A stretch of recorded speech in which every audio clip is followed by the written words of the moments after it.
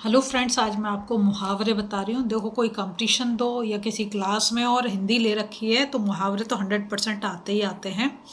Class 10th हो 12th हो, अगर हिंदी ले रखी है तो ज़रूर आएंगे।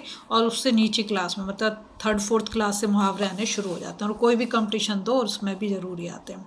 चलो शुरू करते हैं। सबसे पहला मुहावरा, अक्ल का दुश्मन। अक्ल का दुश्मन का मतलब है तो मूर्ख। ठीक है। वैसे आजकल सेंटेंस लिखने के लिए तो नहीं आते, फिर भी मैं आपको बता देती हूँ। अगर सेंटेंस लिखना हो तो क्या है, सुमित अक्ल का दुश्मन है। उसे कितनी बार समझाया परंतु उसके दिमाग में कुछ बैठता ही नहीं। ठीक है। सेकंड जो हमारा मुहावरा हुआ, अकल पर पत्थर पड़ना। अकल पर पत्थर पड़ना है मतलब कुछ समझ में ना आना। मैं इसका अर्थ तो लिख दे रही हूँ, कुछ समझ में ना आना।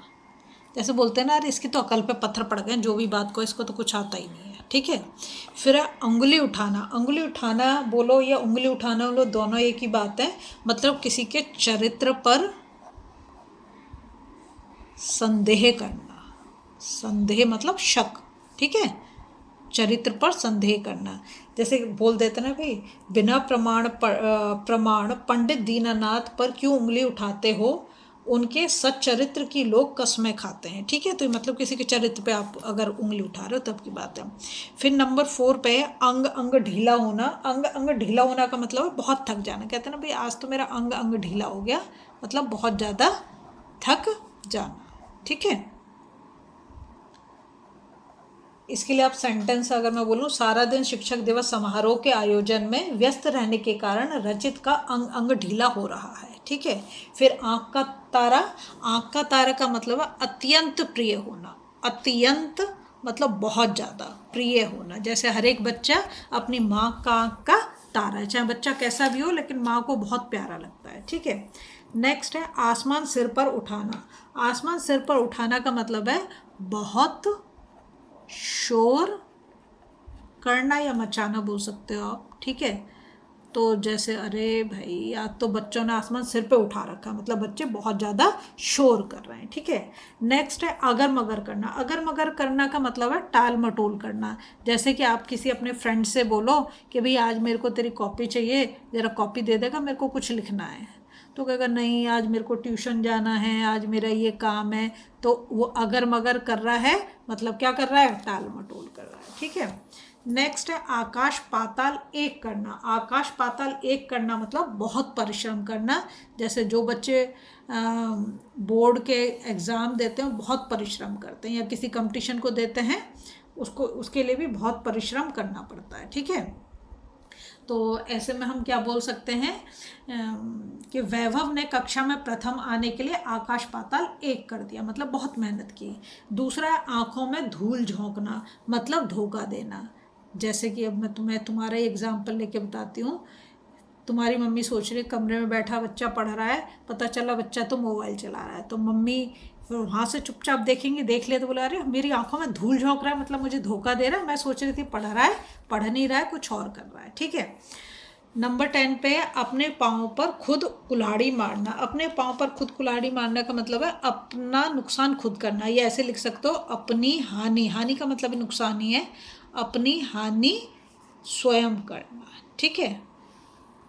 स्वयं करना, ये यहाँ पर डॉट है। ठीक। इसका मतलब क्या है, समय के महत्व का ना समझकर कृति ने अपने पाँव पर खुद कुल्हाड़ी मारी। जैसे जो तुम्हारा पढ़ने का टाइम है, अगर तुम उस समय पे मोबाइल चलाओगे तो किसकी हानि कर रहे हो, खुद ही की हानि कर रहे हो ना, और किसी की तो नहीं कर रहे हो। फिर है आँखों से अंगारे बरसना। मतलब क्या है, बहुत अधिक क्रोधित होना। बहुत अधिक क्रोधित होना। ठीक है। देखा होगा जब माँ को पता चला कि अभिषेक विद्यालय जाने के स्थान पर सिनेमा देख रहा था तो माँ की आंखों से अंगारे बरसने लगे। होता ना कि पढ़ाई के टाइम पे अगर और कुछ करोगे तो फिर तो डांट भी पड़ेगी आपको। आवाज़ उठाना मतलब विरोध करना। जो चीज़ आपको पसंद नहीं आती उसके खिलाफ क्या करते हो, आवाज़ उठाते हो, तो क्या कर रहे हो, विरोध करना है। ठीक है। इसके बाद ईद का चांद होना। ईद का चांद होना आपको पता है कि ईद मनाई जाती है। मतलब 1 महीने तक वो रोज़ा रखते हैं, उसके बाद चांद देखते हैं, अगर चांद आता है तब वो जो है ईद मनाते हैं। तो ये बहुत दिनों बाद दिखाई देना, बहुत दिनों बाद दिखाई देना। जैसे बोला, अरे रमेश तुम तो ईद का चांद हो गए, मतलब बहुत दिनों बाद दिखाई देना। ठीक है। 19-20 का अंतर का मतलब है बहुत कम अंतर, बहुत कम अंतर, बहुत कम अंतर होना। ठीक है। इसके बाद है तुम्हारा, इसके लिए सेंटेंस बोल सकते हो कि टेलीफोन पर माँ बेटी में अंतर करना बहुत कठिन है, क्योंकि दोनों की आवाज़ में 19-20 का ही अंतर है। ठीक है। कमर टूटना, कमर टूटना का मतलब है हिम्मत समाप्त होना, हिम्मत समाप्त होना। कहते ना भाई अब नहीं, अब बस की नहीं है। तो इस महंगाई में नौकरी करने वालों की तो कमर ही टूट गई है, इतना ज़्यादा महंगा हो रहा है सब कुछ। अगर आपको वीडियो पसंद आ रही है प्लीज़ लाइक शेयर सब्सक्राइब करना, फॉलो जरूर।